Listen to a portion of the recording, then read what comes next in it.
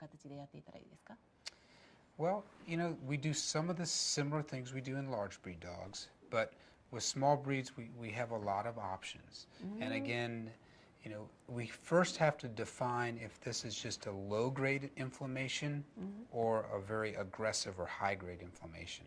The toy breed dogs are much more likely to have that high grade compared to the large breed dogs.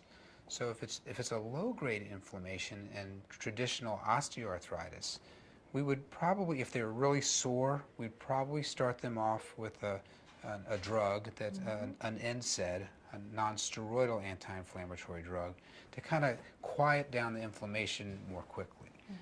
At the same time, we would probably put them on a supplement. And the supplement and the NSAID can be used together. And there's no increase in side effects by using them together.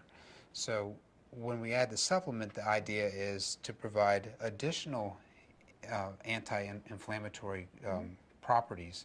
So we want to suppress the inflammation, but the goal would be to continue that for a longer period of time, and then hopefully, when we started to see some response, we could start to wean off the drug. And the idea behind weaning off the drug is to decrease the chance of side effects. And so those would kind of be the two initial things that we would do. Now, the other thing, of course, we have to do, since most arthritis in dogs is secondary, we need to try to figure out what's causing it. Now, people, you can get primary arthritis, but in dogs, over 95% of the time, it's due to some other problem.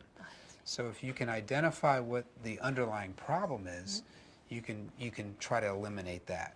And so if they have a crooked leg, you can straighten the leg. If they have fragments floating around, bone fragments or cartilage fragments floating around their joint, you can take those out. If they have a torn ligament, you can go ahead and treat that, either conservatively with a brace or if surgery is indicated, with surgery. Now, if they have the highly inflammatory kind of arthritis, that gets a little tricky because they usually won't respond, that well to a traditional NSAID. So we would still keep them on the supplement. A supplement like Antinol would be perfect. It has no side effects, has very, very good anti-inflammatory properties, and it acts very quickly.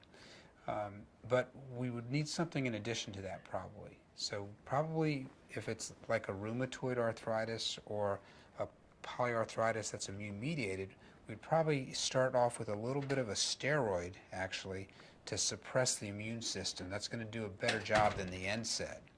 And then what we would do is, over time, we would try to wean that steroid down.